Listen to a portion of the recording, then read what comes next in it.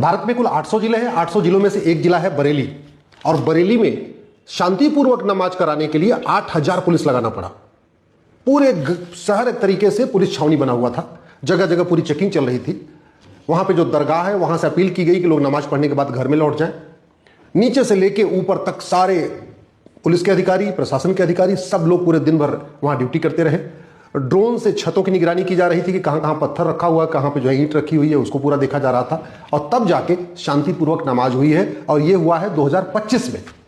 और 2025 में जबकि बरेली में जो डेमोग्राफी है वो 50-50 है, यानी 50% हिंदू हैं और 50% गैर हिंदू हैं, तब 8000 पुलिस को लगा के शांतिपूर्वक नमाज पढ़ी गई है। सवाल यह है कि अभी नवरात्रा पूरे देश में हुआ है, कश्मीर से कन्याकुमारी, कच्छ से कामरूप तक, जहां जहां भी हिंदू है उन्होंने नवरात्रा किया। नवरात्रे में पुलिस क्यों नहीं लगाना पड़ता? अभी दीपावली आने वाली है, वो भी हिंदुओं का त्यौहार, उसमें पुलिस क्यों नहीं लगाना पड़ता? होली आती है, हिंदुओं का त्यौहार, उसमें पुलिस क्यों नहीं लगाना पड़ता? कृष्ण जन्माष्टमी या रामनवमी और भी त्यौहार है, पूरा गणेश का जो गणेश चतुर्थी मनाई जाती है, उसमें इतनी पुलिस क्यों नहीं लगाना पड़ता? और बरेली में जहां योगी उत्तर प्रदेश का जिला है, योगी जी मुख्यमंत्री हैं, वहां 8000 पुलिस लगाया गया है, जिससे कि वहां पे कोई दंगा न भड़के। ये सोच कहां से पैदा होती है? ये कौन सी सोच है कि जिसने अराजकता फैला रखी है, जिसको कंट्रोल करने के लिए इतना पुलिस लगाना पड़ रहा है? और अगर आज 2025 में 8000 पुलिस लगाना पड़ा तो 2047 में कितनी पुलिस लगानी पड़ेगी? अभी 50-50 पॉपुलेशन है, तब 8000 पुलिस लगानी पड़ी। 25 साल के बाद कितना लगाना पड़ेगा? आप लोग खुद भी इस बात को सोचिए कि 25 साल के बाद विकसित भारत बनेगा, विकसित बरेली बनेगा कुछ, या कोई और बरेली बनेगा? 25 साल के बाद बरेली में राम राज्य आएगा या कुछ और होगा? 25 साल के बाद बरेली में क्या होगा, इसकी कल्पना आप खुद करिए। इस समय भारत में हर 5 लाख बहन बेटियां हर साल गायब हो रही हैं।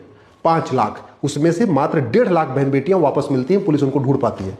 3.5 लाख बहन बेटियां पता ही नहीं चल रहा, लफ्ज़-ए-जिहाद का शिकार हो रही है। 3.5 लाख साल में लफ्ज़-ए-जिहाद का शिकार का मतलब प्रतिदिन 1000 बेटियां लफ्ज़-ए-जिहाद का शिकार हो रही है। 1000 पर डे, दुनिया में इतना कहीं होता नहीं है। भारत में पर डे 1500 हिंदू परिवारों का धर्मांतरण हो रहा है। 1500 परिवार का मतलब 10,000 हिंदुओं का पर डे धर्मांतरण हो रहा है। एक परिवार में 6 से 7 आदमी होते हैं। पूरी दुनिया में इतना कहीं नहीं होता। पूरी दुनिया में सबसे ज़्यादा नशे की खपत भारत में हो रही है, सबसे ज़्यादा ड्रग कारोबार भारत में हो रहा है। और इस ड्रग कारोबार के चक्कर में लड़कों में नपुंसकता बढ़ रही है, लड़कियों में बाजुपन बढ़ रहा है।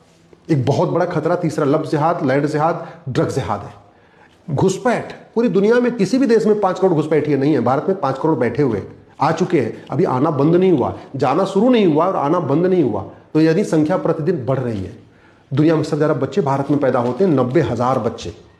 खतरा हमारे लिए पर डे बढ़ रहा है। इसलिए 25 साल के बाद क्या होगा, इसकी कल्पना आप खुद करिए।